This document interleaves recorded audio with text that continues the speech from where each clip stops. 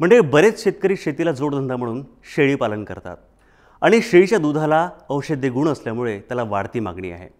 पण प्रश्न पडतो की उन्हाळ्यात शेळीला चारा काय घालावा। तर याच चाऱ्याविषयी सांगतात कृषी तज्ञ डॉक्टर नरेंद्र देशमुख। ऐकूयात त्यांचं मार्गदर्शन। आज आपण कृषी विज्ञान केंद्र यांच्या प्रक्षेत्रावर जे की महात्मा फुले कृषी विद्यापीठ राहुरी अंतर्गत येते आणि मला सांगावं असं वाटतं की जी आपली शेळी आहे, जी गरिबाची गाय म्हणतो, तर ती फार खाद्य व्यवस्थापनाचा जर विचार केला आपण तर 60 ते 70% हा जनावरांच्या खाद्यावर होत असतो। आणि हा खर्च जर आपल्याला शेतकरी बांधवांना कमी करायचा असेल आणि हा जर बिझनेस आपल्याला प्रॉफिटेबल करायचा असेल तर खाद्य व्यवस्थापन हे अत्यंत महत्त्वाचं मानलं जाते। आणि त्याकरताच एक चांगलं शेळीसाठी एक खाद्य व्यवस्थापन चारा पीक आपण आज दशरथ या पिकाबद्दल थोडी माहिती बघूया। या पिकाचं उत्पादन साधारणतः 550 ते 550 क्विंटल पर हेक्टरी आपल्याला याचं उत्पादन मिळू शकते। याची लागवड साधारणतः जून महिन्यामध्ये आपल्याला करू शकतो की जेणेकरून पाण्याच्या पाळ्यासुद्धा आपल्याला बचत करता येईल। दशरथ हे पीक एक पेरेनियल म्हणून आहे आणि साधारणतः हे पीक 4 ते 5 वर्षापर्यंत आपल्याला चालू शकते आणि हे बहुवार्षिक पीक आहे आणि अत्यंत लुसलुशीत असा चारा आपल्याला शेळीसाठी उपलब्ध होऊ शकतो। आणि याची जमीन जर निवड म्हणायची झाली तर आपल्याला मध्यम ते भारी जमीन तसेच हलकी जमीन मुरमाड जमिनीवर सुद्धा चांगल्या प्रकारे हा दशरथ चारा आपल्याला शेळीसाठी मिळू शकतो। तसेच याची पेरणी हे सपाट वाफ्यामध्ये आपण करू शकतो। साधारणतः याला हेक्टरी 15 किलो बियाणे आपल्याला लागते आणि याची पेरणी जी करत असतो तर त्याचं 2 याच्यातील अंतर 60 ते 90 सेंटीमीटर एवढं आपण अंतर ठेवलं पाहिजे। साधारणतः दशरथ हे बहुवार्षिक पीक असल्यामुळे याची उंची जवळपास 2 ते 3 मीटरपर्यंत हे उंच वाढते आणि याचं उत्पादन जर बघितलं तर 4 ते 5 कापण्या आपल्याला वर्षभरामध्ये मिळू शकतात आणि साधारणतः 500 ते 550 क्विंटल पर हेक्टरी आपल्याला याचं उत्पादन मिळू शकते।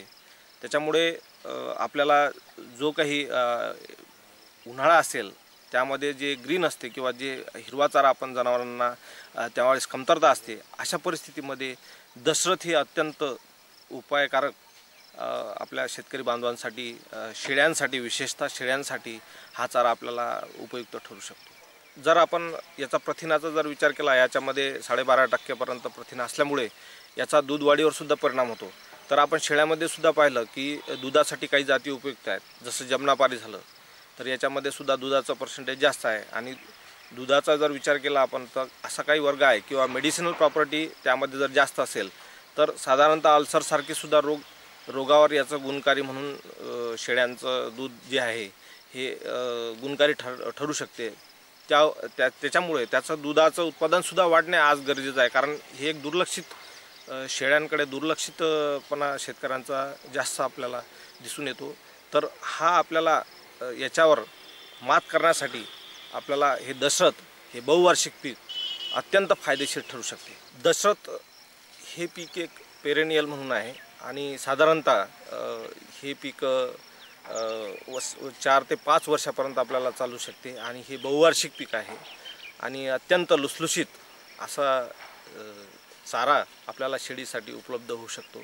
आणि याची जमीन जर निवड म्हणायची झाली तर आपल्याला मध्यम ते भारी जमीन तसेच हलकी जमीन मुरमाड जमिनीवर सुद्धा चांगल्या प्रकारे हा दशरथ चारा आपल्याला शेळीसाठी मिळू शकतो। तसेच याची पेरणी हे सपाट वाफ्यामध्ये आपण करू शकतो।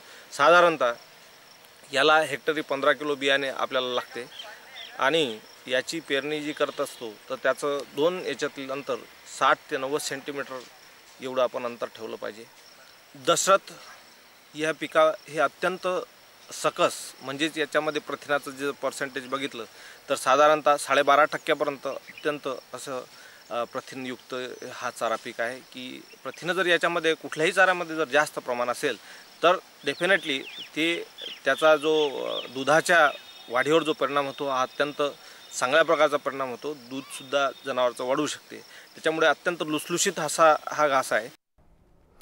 आणि याचबरोबर वेळ झाले शेतीमित्र कार्यक्रमातून निरोप घेण्याची। पुन्हा भेटूया पुढल्या भागात। तोपर्यंत पाहत फक्त जय महाराष्ट्र, एकदा परत घेऊया. आणि याचबरोबर वेळ झाली शेतीमित्र कार्यक्रमातून निरोप घेण्याची. पुन्हा भेटूया पुढल्या भागात. तोपर्यंत पाहत राहा फक्त जय महाराष्ट्र, थेट अचूक बिनधास्त.